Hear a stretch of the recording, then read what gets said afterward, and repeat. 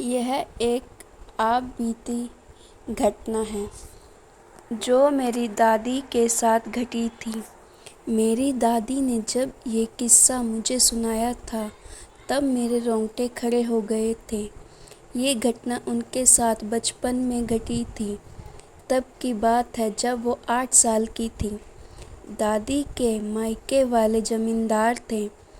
दादी के दादाजी मांस मछली खाने के शौकीन थे और वो रात के वक्त दारू पीते थे तो उनके साथ चखने में मछली खाते थे। उनके यहाँ एक लड़का काम करता था।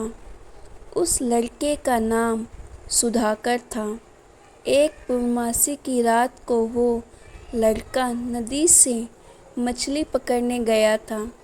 नदी के जल चांद की रोशनी से चमक रहा था। रास्ते भी चांदनी रात में हल्के से दिखाई दे रहे थे। दादी ने खेलते खेलते नदी के पास चली गई और जब वह सुधाकर को मछली पकड़ते हुए देख लिया तो वो उनके पास चली गई।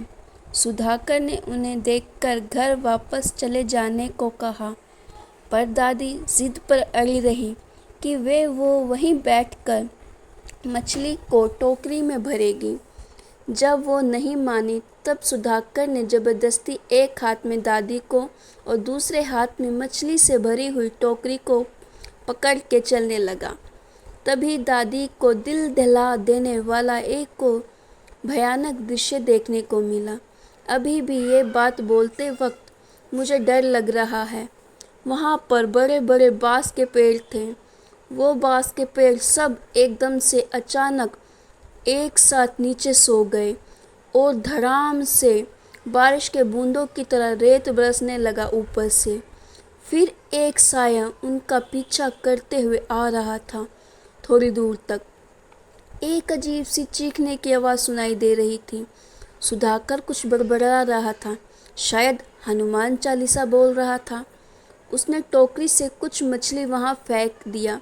तभी कुछ क्षण बाद वो पेड़ फिर से ऊपर उठ गए और आवाज़ नहीं सुनाई दी। वो सब कुछ पहले जैसा हो गया। उस जगह पे नदी के कुछ ही दूरी पर शमशान घाट था। वहाँ के लोगों का कहना था जो भी लोग वहाँ मछली पकड़ने जाते थे अपनी टोकरी से कुछ मछली वहाँ फेंक के सीधे मुँह आते थे। कोई पीछे मुड़कर दोबारा नहीं देखता था। उस रात सुधाकर ने दादी को वहाँ से ले जाने के चक्कर में वो चीज़ करना भूल गया।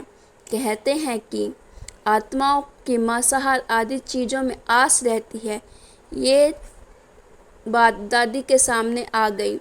हल्की वो इन आत्मा वात्मा आदि चीज़ों में विश्वास नहीं करती थी, लेकिन वो चीज़ हमेशा के लिए उनके जहन में रह गई थी।